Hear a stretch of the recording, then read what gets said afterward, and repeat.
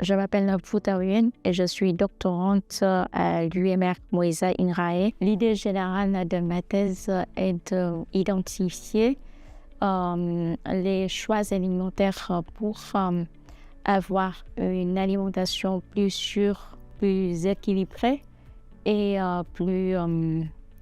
est compatible avec les habitudes alimentaires des populations antillaises.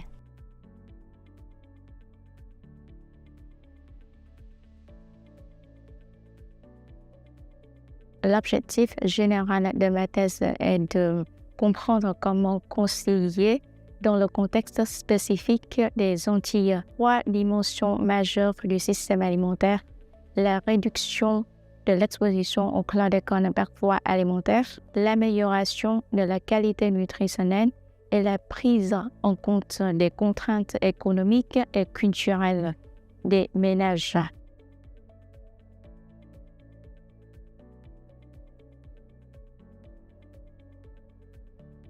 Pour atteindre cet objectif général, de grandes étapes ont été réalisées. Dans une première étape, les profils alimentaires présents aux Antilles ont été caractérisés et pour chaque profil, le niveau d'exposition au chlordécone, la qualité nutritionnelle et le coût du régime ont été analysés simultanément. Grâce à cette analyse, le profil et les groupes de population les plus vulnérables ont pu être identifiés.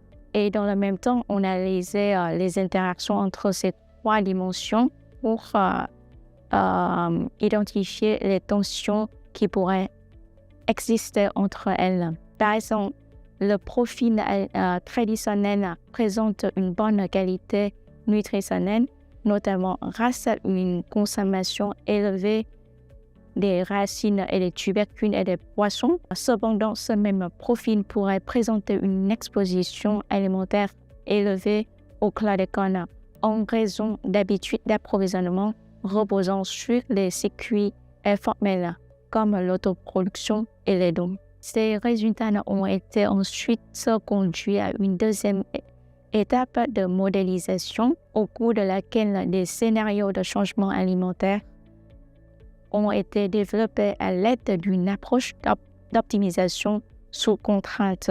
Dans cette approche, le régime alimentaire observé pour chaque individu a été utilisé comme le point de départ et un régime optimal a été modélisé.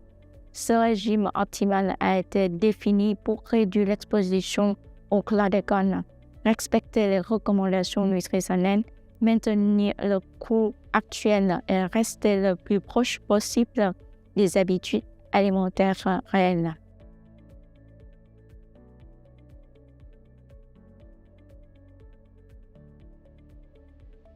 Grâce à des analyses de cette thèse, les profils alimentaires les plus exposés au chlordécone et qui coûtent le plus cher ont été identifiés et donc ces résultats pourraient être utilisés pour améliorer le ciblage des actions de prévention. Ces résultats pourraient être aussi mis en place pour aider à adapter les recommandations alimentaires au contexte réel des Antilles.